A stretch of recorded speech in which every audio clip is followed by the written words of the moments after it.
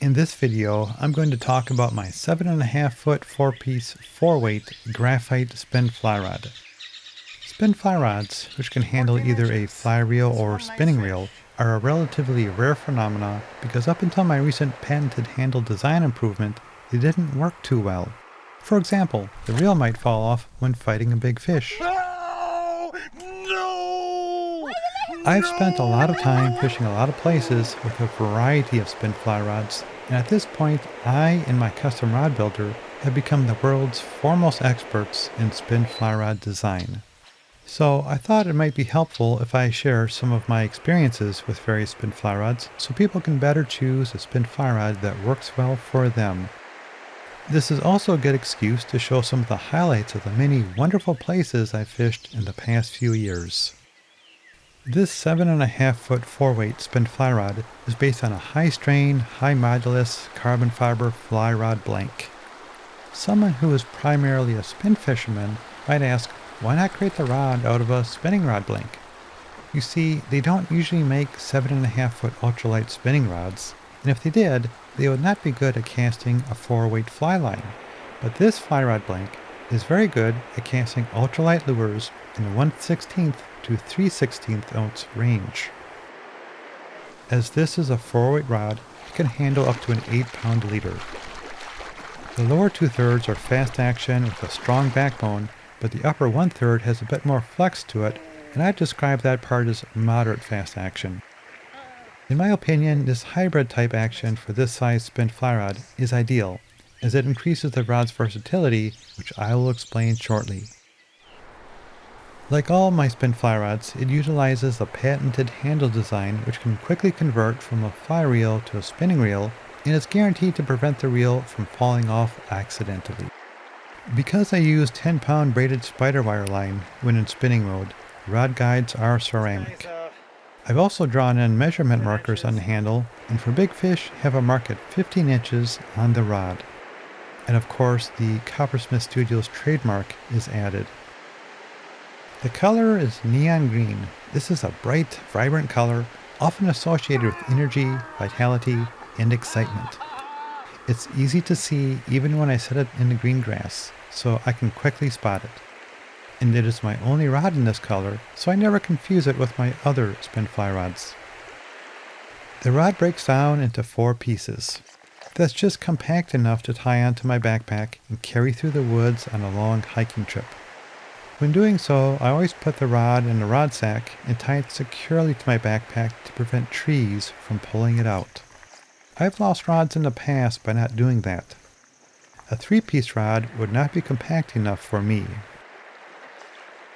One of the main goals when designing a spin fly rod is that it be versatile and capable of dealing with a wide variety of conditions. I consider this to be the most versatile rod in my collection. It is ideal for fishing medium-sized streams, but it can also fish smaller streams and larger streams with reasonable effectiveness. Ideally, if I were fishing a very small stream, especially one with a lot of vegetation in the way, I'd prefer a 6.5 or 7 foot 3-weight rod. Not only would a shorter rod be a little easier to cast in such confined conditions, but it would also feel a little more sporting when fighting the smaller fish that are usually encountered in those small creeks. One of the qualities of this 4-weight rod is that it has a springy tip. When fished with a fly reel, this helps when roll casting and casting under a light load, as when there's just a short amount of line extending beyond the rod tip. Those features are really useful when fly fishing smaller streams. Of course, when in spinning mode, I don't need any room for a backcast, so if the stream was too small, I would just fish in spinning mode. A 7.5 foot rod is also very good for making underhand flip casts when you're fishing in spinning mode in tight conditions, and I have a video explaining that technique.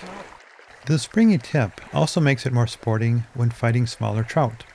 Most of the trout I catch are under 12 inches. In fact, most of the trout I catch are probably under 10 inches, especially when I'm targeting brook trout. Whether I'm fishing in fly mode or spinning mode, having the upper portion of the rod bend when fighting a small trout looks and feels more sporting.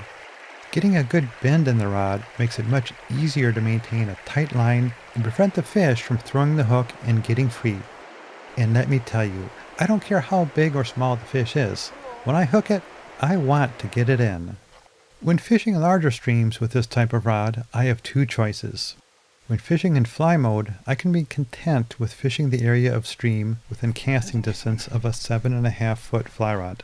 It may not be as far as the reach of a 9-foot rod, but usually it is adequate.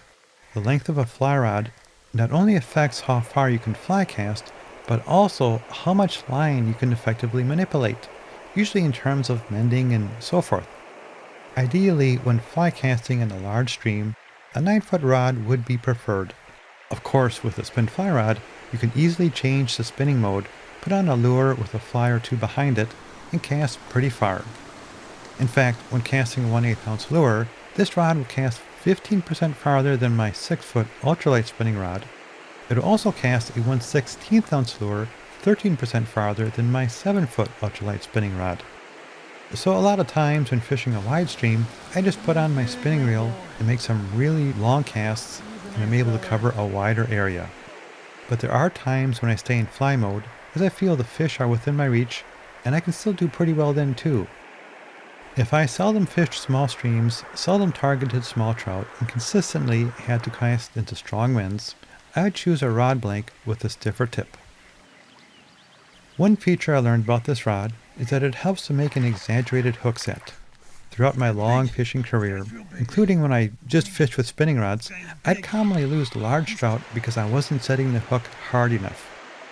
When I started fishing with my 7.5-foot 4-weight spin fly rod, I was in Montana, which has a lot of large trout, and was losing them. That really hurt. I then realized my failure in setting the hook. I resolved to set the hook not only by raising the rod upward with a flick of the wrist, but also by pulling my arm back, like I'm loading a bow and arrow. The long flex of the rod provides a lot of cushion, and you're not likely to break the line or rip the hook out of the fish's mouth with this type of hook set on that type of a rod. Shortly after changing my hook setting techniques, I began experiencing a 100% success rate in landing large trout, including the largest trout of my career, a 21-inch brown that wrapped a line under an underwater snag, and in which I was very fortunate to have landed. I like to compare this rod to another one I have. This other rod is also a 7.5-foot 4-weight spin fly rod, but is made of fiberglass, not graphite. While I will save a discussion of my fiberglass rod for another video, I'll say here that this alternative material does a better job of fighting large fish, but it comes at a cost of being a little heavier. If you would like to spin fly rod of your own, send me an email, and I'll get you in touch with the same guy who makes my spin fly rods. See you on the stream.